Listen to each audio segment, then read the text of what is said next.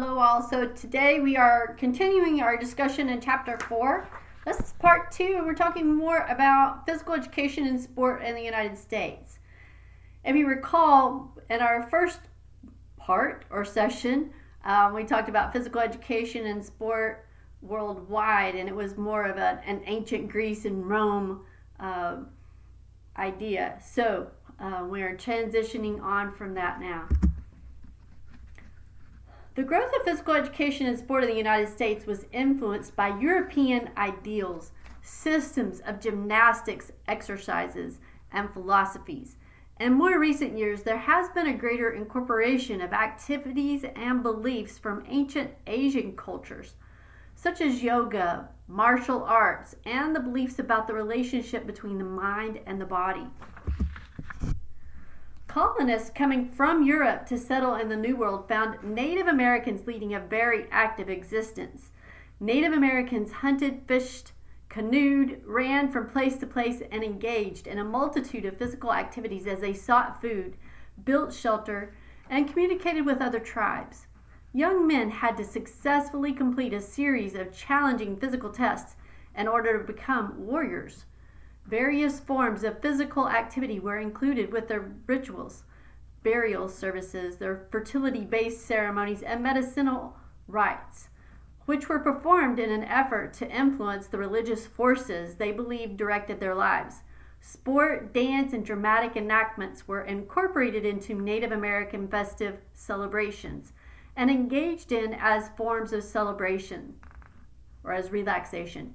Ray reports that numerous tribes engaged in sport as a substitute for inter-village or inter-tribal warfare. Prior to major competitions, there was a period of preparation of the mind, body, and spirit. According to Ray, games and sport played important roles in the lives of Native Americans. They promoted group identity, served as an outlet for creativity, and offered opportunities for individual recognition. Tribal differences in culture and lifestyle influenced the physical activity of Native Americans. Although there were many similarities in the games and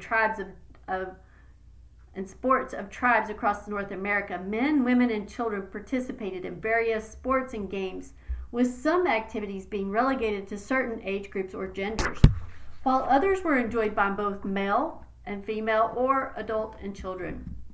Physical prowess, cunning, coordination, skill, speed, and endurance were valued. Bagatue, or lacrosse, was popular, and rituals often surrounded the game. The game was also used as a means to settle disputes. Rules and playing equipment varied by tribe.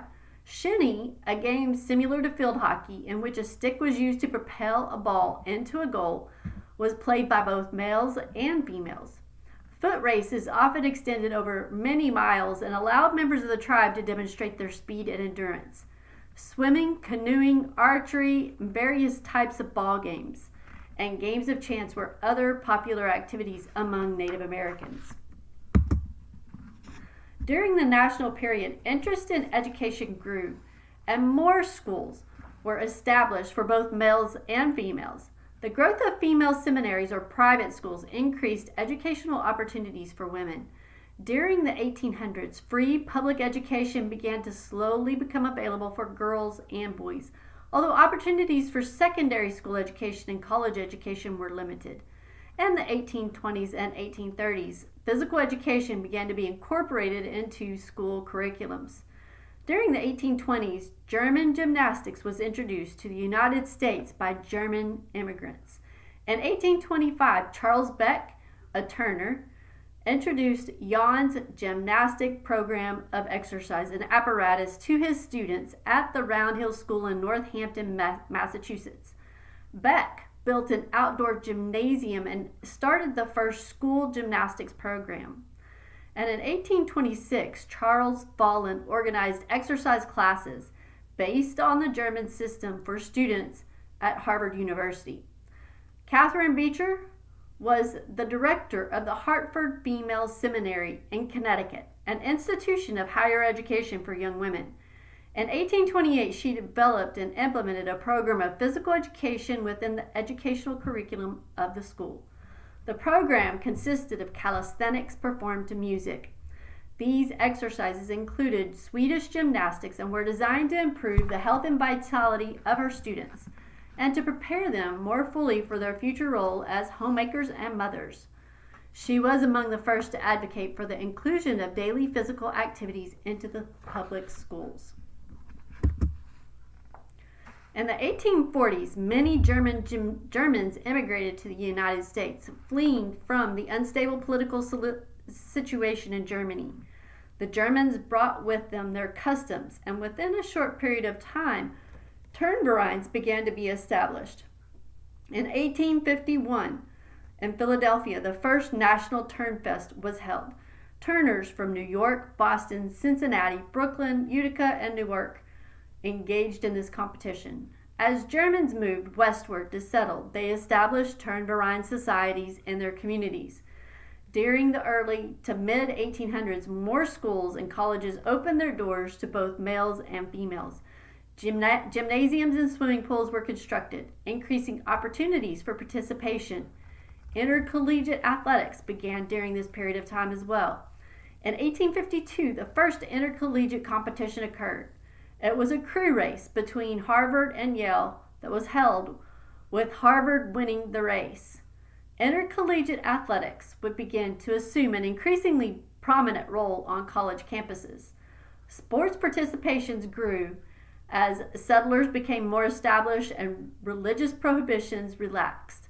Horse races and foot races were popular. Baseball, which had evolved from the English sport of rounders, was invented in 1839, and rowing was a popular and competitive pastime. One of the favorite activities, however, was gambling on sport events.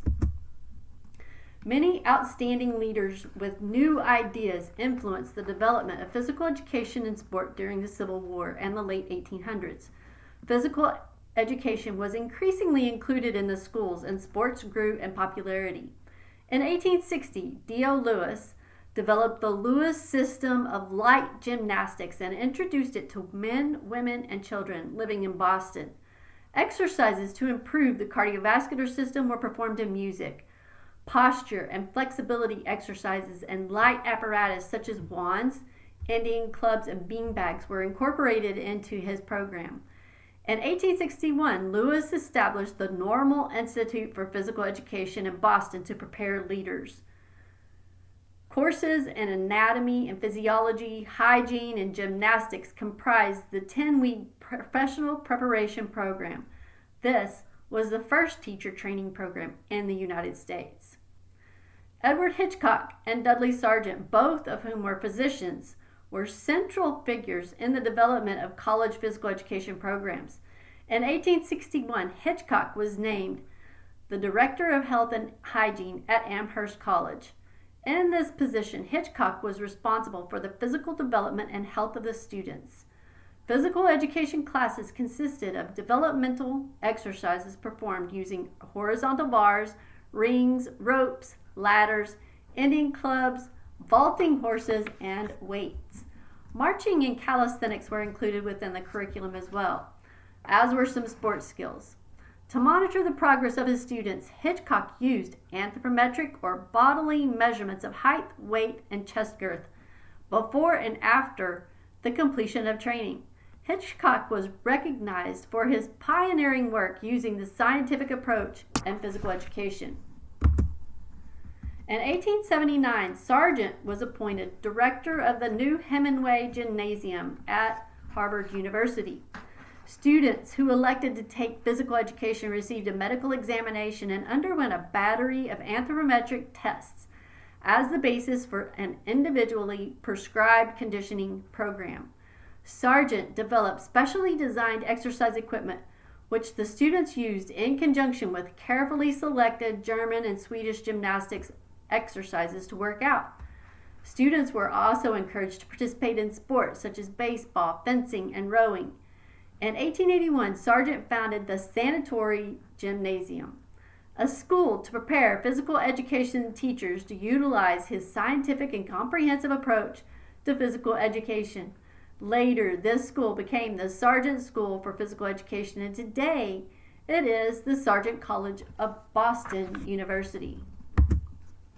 A significant step in the development of physical education was the founding in 1885 of the Association for the Advancement of Physical Education, or AAPE. William Anderson, a teacher at Adelphi Academy in Brooklyn, was interested in learning more about how other physical education professionals were teaching and structuring their programs. He organized a meeting at Adelphi Academy, invited professionals in the field. Dr. Edward Hitchcock served as the first president of AAPE. When the group met again in 1886, they changed their name to the American Association for the Advancement of Physical Education, or AAAPE.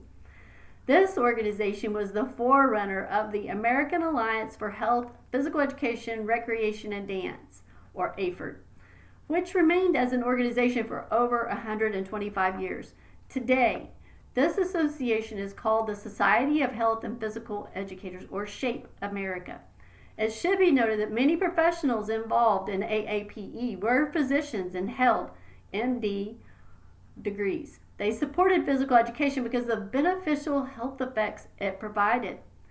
Delphina Hanna attended Sargent's School and received training in his approach to physical education.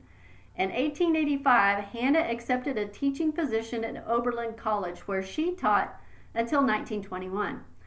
In 1903, Hanna was promoted to full professor, the first woman in the United States to be a full professor of physical education. Hanna's training program for prospective teachers eventually evolved into one of the first professional preparation programs for physical education. Among her students were future physical education leaders such as Thomas Wood and Luther Gulick. During the 1880s, the complete Swedish system of gymnastics was introduced in the United States and became popular in the eastern section of the country. George Fitz stressed the importance of basing physical education programs on scientific principles, not assumptions, and established physiological laboratory at Harvard University, where he and his students conducted research on physiological effects of physical activity. Hartvig Nissen was a pioneer in the promotion of Swedish system of gymnastics in the United States and taught at Swedish Health Institute in Washington, D.C. He served as assistant and later director of physical training for the Boston public school system, where he influenced the adoption of Swedish gymnastics. Baron Niels Paase was a leader in the promotion of the Swedish system of gymnastics in the United States and helped to establish the Boston Normal School of Gymnastics to train teachers in the Swedish system. Amy Morris Homans was a director of the Boston Normal School of Gymnastics and played an influential role in getting the Boston public school system to adopt the Swedish system of gymnastics. And in 1891 to 1990, the leadership role in physical education for the Boston public school system, where Baron Niels Paase influenced the adoption of Swedish gymnastics. Organized and led by Mary Hemingway with the assistance of Amy Morris Homans, the Boston Conference brought together prominent leaders in physical education to discuss and evaluate the various systems. The conference was significant because it stimulated discussion about the purpose of American physical education and which program would best serve the needs of the American people. No consensus was reached about which system should be the national curriculum. Niels Paase suggested that what was needed was an American system designed for American people. Another stimulus to the growth of physical education during this time was the Young Men's Christian Association, or YMCA, which was founded in London in 1844. The first YMCA opened in the United States in 1851. Because of the interest in gymnastics and other health-promoting activities, the YMCA's added physical education after the Civil War. To ensure qualified teachers for the association's programs, in 1885, the YMCA International Training School was founded in Springfield, Massachusetts. This school later became Springfield College. Luther Gulick played an instrumental role in the YMCA training school for over 15 years, and he designed the YMCA logo, an equilateral triangle stressing the unity of the body, mind, and spirit, and reflecting the importance of developing the whole person, physically, mentally, and spiritually. He also was instrumental in the Boy Scouts of America and in helping to form the Playground Association of America as well in 1906. The late 1800s were marked by considerable debate among physical educators regarding which system of gymnastics should serve as the curriculum in American schools. This controversy, often referred to as the Battle of the Systems. Advocates for each system, the German, Swedish, and other systems developed by Americans, such as Hitchcock and Sargent, articulated the merits of their system and advanced reasons why that particular system should be the national curriculum of the schools. In 1889, a pivotal point occurred in the development of the American system of physical education. This was the Boston Conference on Physical Training. So really, with that, they decided there was no consensus on which system would best serve the needs of American people, and really a lot of that was because sport had become so prominent. And so during the mid to late 1800s, considerable progress occurred in the growth of organized sports. Tennis was introduced in 1874, and in 1880, the United States Lawn Tennis Association was organized. Golf was played in the United States in the late 1800s, and in 1894, the United States Golfing Association was formed. Bowling had been popular since the time of the early Dutch settlers in New York, but it was not until 1895 that the American Bowling Congress was organized. Basketball, one of the few sports originating in the United States, was invented by no other than James Naismith in 1891, who also was an instructor at the YMCA. So, basketball originated at the YMCA and was founded by James Naismith. Some other little quick facts about basketball: as it was played, the first goals were peach baskets. Anyway, some other sports that became popular during this period of time are wrestling, boxing, volleyball, which was also founded at the YMCA, skating, skiing, lacrosse, handball, archery, track, soccer, squash, football, and swimming. In 1879, the National Association of Amateur Athletics of America was developed, from which the American Athletic Union, or AAU, was later formed. So lots of stuff going on in the later part of 1800s and early part of 1900s. You also see here there was a revival of the Olympics in Athens in 1896. So the Olympics started out 776 BC, and they went on until about 380 BC, and then they were banned for all this period of time and did not pick up until 1896, when it was opened up to other countries and not just Greece or the Greek states. Intercollegiate athletics grew during this time period. Williams and Amherst played the first intercollegiate baseball in 1859, and Rutgers and Princeton the first football game in 1869. Other intercollegiate contests soon followed in tennis, swimming, basketball, squash, and soccer. Although mostly males participated in athletics, opportunities were available for women. For example, in 1896, the first intercollegiate women's basketball was held, with teams from the University of California and Stanford University competing.